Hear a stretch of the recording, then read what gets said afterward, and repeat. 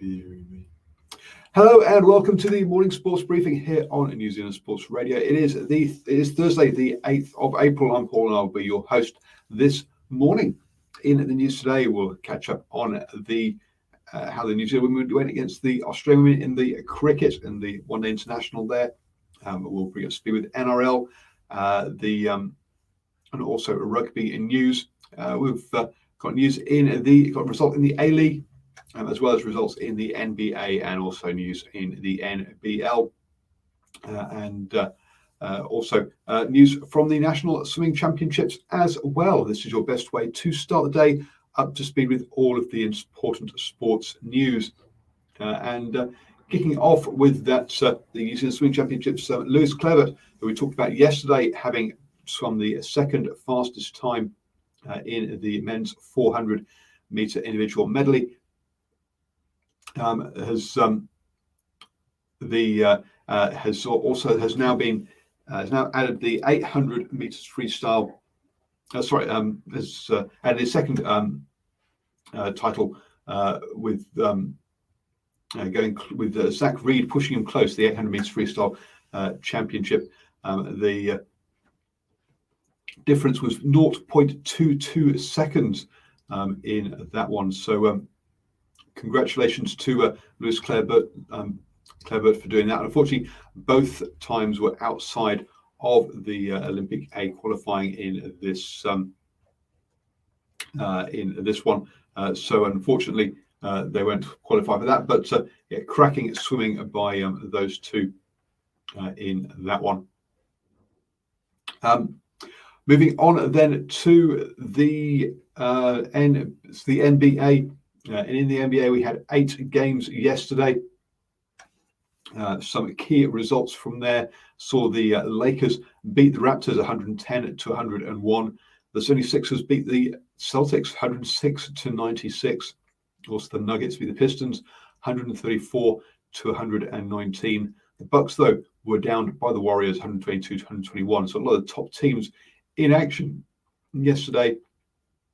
But also the Pelicans were up against the Atlanta Hawks as well. The Pelicans made a good start, winning the first quarter, but it was all evened up by halftime, and the Hawks came out strong straight off the halftime, winning that quarter 46-29, leading them to 123-107 victory.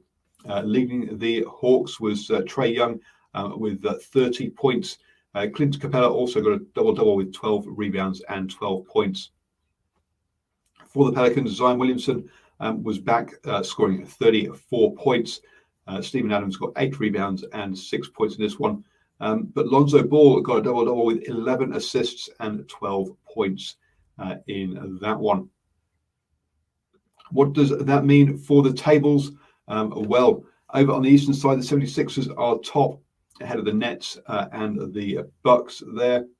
And on the western side, the Jazz still lead the Suns and the Clippers, with the Suns on a 6-game winning streak now. Moving on to the NBL over there in Australia, and the Kings and the Wildcats will be in action this evening. That starts at 9:30 p.m. today. The Wildcats top of the table currently, the Kings in 4th. Should be a cracking game in that one. Over in the A-League, and we had one game last night as Sydney FC beat Perth Glory 1-0. In that one, see Sydney FC currently in 4th place now, in a very, very tight battle of sides trying to chase Central Coast Mariners at the top there.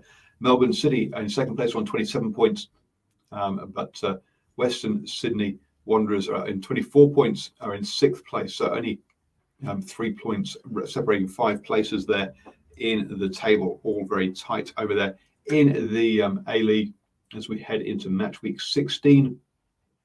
The next game is on Friday. See MacArthur FC take on Brisbane Roar. Don't forget you can catch up with how the Phoenix have been going with the Knicks newsletter from last night. You can watch that recording on Facebook, YouTube, or Twitter, or you can download the podcast on your favorite podcatcher, be it iHeartRadio, Spotify, Apple Podcasts, all those wonderful places. And also yesterday moving on then to the NRL, Week 6 gets into action this weekend with today with the Rabbitohs taking on the Broncos at 9:50. You can get your predictions for that from on the Standoff show. Again, that was on last night, available as a video or as a podcast as well. And they also talk about the unfortunate retirement due to concussion for Jake Friend as well. A sad way to end your career, as the boys do say on the show. So do check that out as well. Over in the rugby then, and unfortunately Folau Fakatava is out for the rest of the season, having playing some cracking rugby down there at the Highlanders, but after damaging his knee, unfortunately that's the end of his season down there. So it looks like more minutes for Aaron Smith for the Highlanders. In better news, Southland have announced that Marty McKenzie will be back for the Stags in the NPC this year. He took last season off, went over to Wales and obviously returned due to COVID, and wasn't available for the NPC. Didn't make himself not available for the NPC last year, but is back available this year. So great to see Marty McKenzie back for the. It will be great to see him back for the Stags in the NPC. Over in the cricket, and we had New Zealand women taking on the Australian women. Australia made a cracking start to their innings. Rachel Haynes, who scored 87, had big partnerships with Aisley Haley, who scored 44, and Meg Lanning, who scored 49, setting up a great a good total and a great platform for the other players to come in and have quick cameos in there, and leading to a total of 271 for 7 off the 50 overs, with Lee Kasperek taking 6 wickets, leading the bowling for New Zealand. In the response, New Zealand made a horrid start, losing both Lauren Down and Amy Shutherwaite in the opening 2 overs. And whilst Amelia Kerr with 47 and Hayley Jensen with 28 made us help to stabilise the innings, they never really were in contention, getting all bowled out for 200 off 45 overs there, including 3 runouts and 3 wickets to Jess Johansson in that one.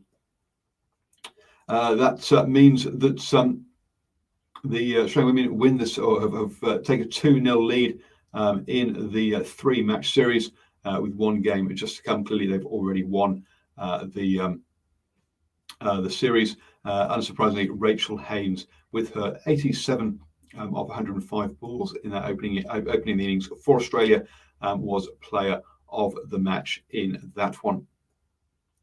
You have now started the day the best way with all the important sports news.